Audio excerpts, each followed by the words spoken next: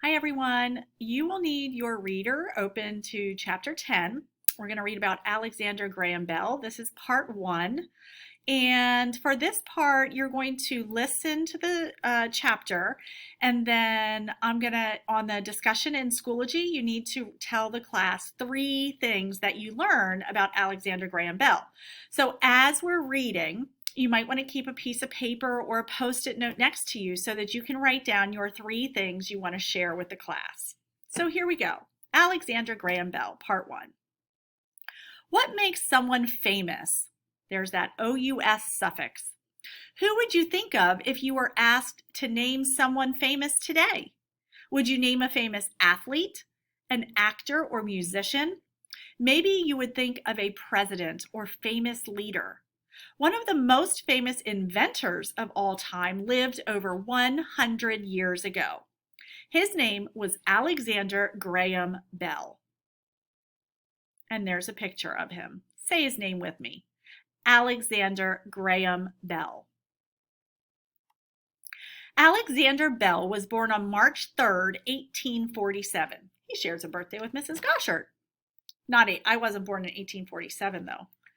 He was the middle of 3 sons born to Alexander and Eliza Bell of Edinburgh, Scotland. His parents nicknamed him Alec as a young boy. Alec's childhood was happy. He lived the best of both worlds by spending time at his home in the city of Edinburgh and also in the country on the weekends. More than anything, Alec loved to learn new things.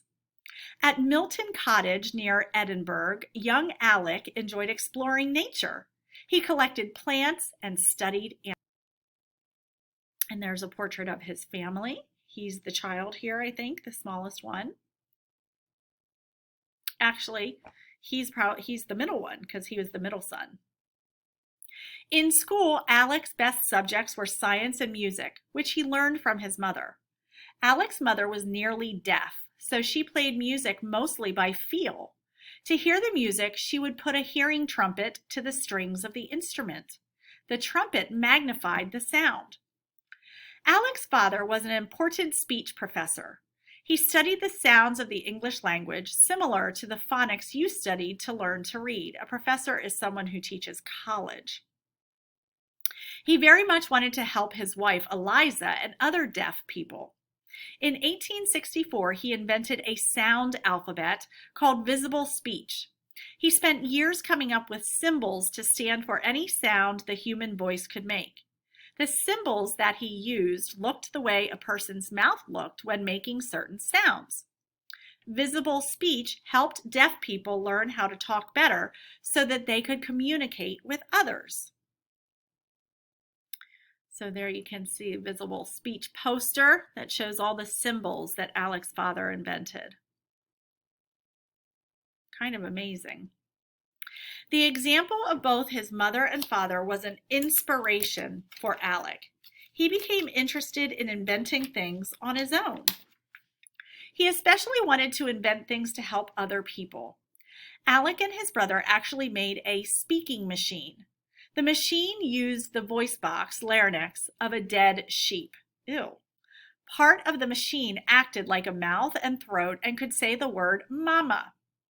As an adult, Alec worked with deaf students. He later took a job as a professor at Boston University. Inventing things was a big part of Alec's life.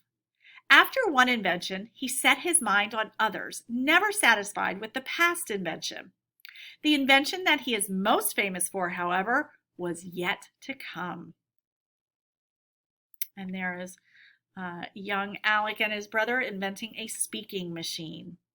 So boys and girls, in the discussion on Schoology now, you are going to go and you're going to write 3 things that you learned about Alexander Graham Bell in that chapter.